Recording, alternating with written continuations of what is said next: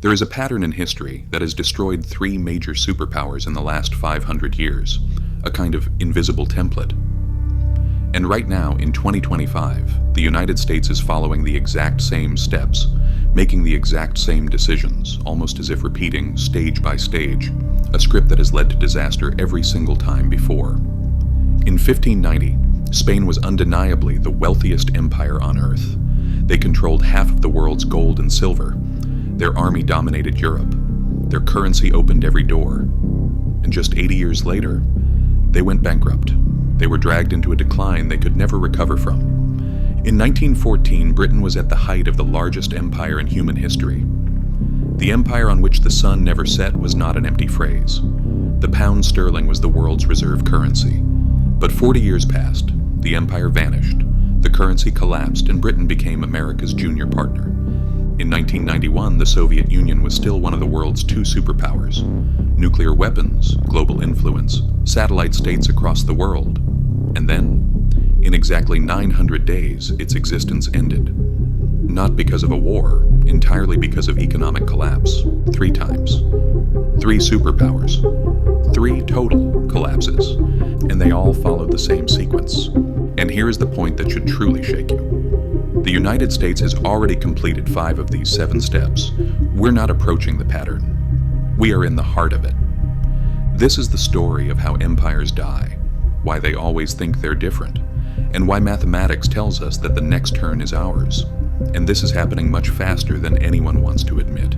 But first, you need to understand what collapse looks like, not on paper, but in reality. What the death of an empire truly means. Welcome to the Capital Archive. This is where money intersects with history, power, and human stories. Here, no truth is as simple as it appears from the outside. Collapse does not start with an external blow. It does not start with an invasion or a military defeat. Collapse begins with economic exhaustion, when an empire expands beyond what it can sustain, when it builds bases in 150 countries, when it enters wars on multiple fronts, when it makes promises it cannot keep, when it accumulates debts it cannot repay. The fall is at first invisible. The currency still functions, the army still wins, the government still makes promises. But beneath the surface, the foundations begin to rot. Resources are misallocated. Productive capacity shrinks. The brightest minds leave the country. Then comes the acceleration phase. Allies begin to hesitate. Enemies test boundaries. Trade partners seek alternatives. The magic of the reserve currency begins to fade, and everything that once made you strong becomes a weakness. The currency everyone once chased begins to flow back into the country. Your military, spread across the world, becomes an unsustainable burden, and your promises become empty echoes the moment your power falters.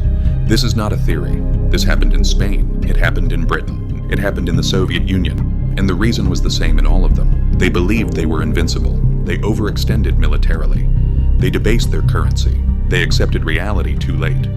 Now let's examine this one by one. Spain, the original collapse template. After the discovery of the Americas in 1492, Spain became the first true global power in history. They conquered the Aztec and Inca empires. They seized the richest mineral deposits the world had ever seen. In 1550, Spanish ships carried 200 tons of silver each year.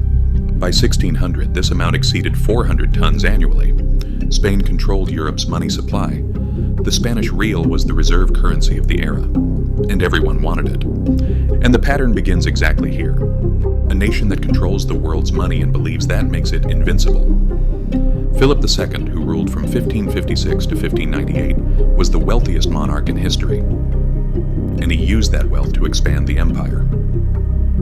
Stage 1. Military overextension. Spain was fighting everywhere at once, against the Ottomans, the French, the Italians, the Dutch, and the English Navy. War in the Philippines, war in the Americas. By 1580, they had military commitments on 4 continents. Half of their revenue went to the military, and still wasn't enough. Stage 2. Currency debasement. Taxes weren't enough. The solution? Debase the currency. Copper was mixed into silver coins, 50% copper, then 75%, then almost entirely copper. The nominal value stayed the same, but the real value collapsed. Merchants stopped accepting the coins. Inflation exploded. Stage 3. Debt spiral. Spain borrowed endlessly from Italian bankers, German bankers. They went bankrupt in 1557, again in 1560, again in 1575, and again in 1596. 4 bankruptcies in 40 years. Stage 4. Production collapse. All that gold and silver did not make Spain rich. It killed them. Because a society with unlimited money stops producing. Agriculture halts. Manufacturing collapses. The nobility looks down on work. Gold and silver enter the country, but all of it flows out again, to French wine, Italian silk, Dutch goods. Spain became a pipeline. Wealth flowed through them, but never stayed inside. Stage 5. Social decay. As the economy collapsed, crime soared, beggars filled the streets, productive people emigrated. They lost Portugal in 1640 and the Netherlands in 1650. By 1700, they were economically dead. A superpower became a secondary state within a century. Britain. The moment the sun set. In the 1900s, Britain controlled a quarter of the world. The pound was the global reserve currency. London was the heart of global finance. But the pattern had already begun. Stage 1. Military overextension. Every corner of the empire demanded defense. And in 1914, the World War erupted. Britain entered the war to save the empire, but destroyed its own economy. The war cost the equivalent of $1 trillion today. Stage 2. Currency debasement. The war drained gold reserves. In 1925, they pegged the pound to gold at its old value, but it was overvalued. Exports collapsed. Unemployment rose.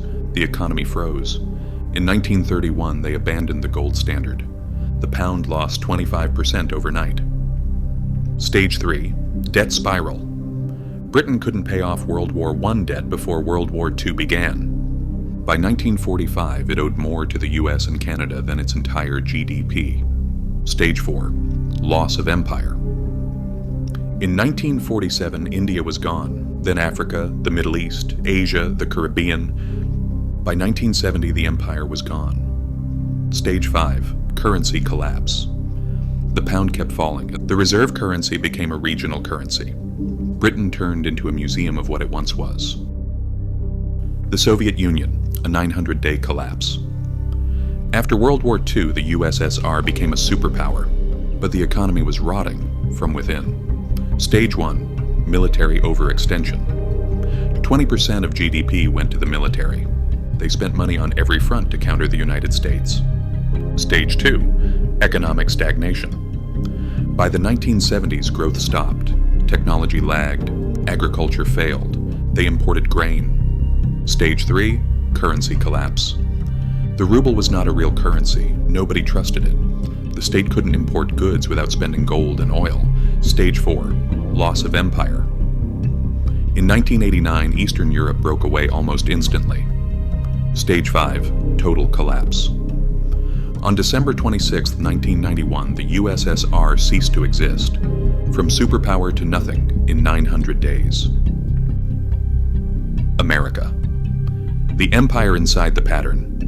And now, America is in the middle of the very same pattern. Stage 1. Military overextension. 750 bases in 80 countries, troops in 150 countries, an $850 billion military budget. But it's not enough. Competition is rising. Commitments are unmanageable. Stage 2. Currency debasement. The dollar has been pure fiat since 1971.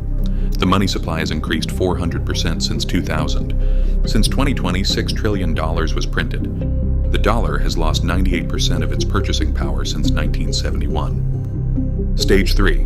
Debt spiral. $36 trillion in debt, 120% of GDP, $1 trillion in yearly interest payments. Stage 4. Production collapse. America does not produce. It consumes. A trade deficit of $800 billion. Dependence on imports at a record high. Stage 5. Social decay. Distrust in institutions, crime, homelessness, drug overdoses, collapsing fertility, political paralysis. The final stages, 6 and 7. Stage 6. loss of reserve. Currency status. BRICS is creating alternatives. Central banks are buying gold. China-Russia trade is shifting away from the dollar. Saudi Arabia is accepting yuan for oil. The cracks are widening. Stage 7, sudden collapse. This stage does not come slowly. A currency crisis, followed by a debt crisis, followed by a political crisis. In one night, a superpower turns into a cautionary tale. The reserve currency becomes a regional one. The empire becomes a memory. It has happened 3 times. The pattern says, we are next. Since 2020, all indicators have accelerated. We printed more money. We took on more debt. We expanded military commitments. We fractured society and hollowed out production. We are no longer walking through the pattern. We are running. Maybe we will find a way out. Maybe America will do what history could not. Maybe this time will be different. But the pattern doesn't say so. Mathematics doesn't say so. History never says so. But remember, history does not only record collapses, it also records those who rise again, those who row against the current, those who ignite a light in the darkness.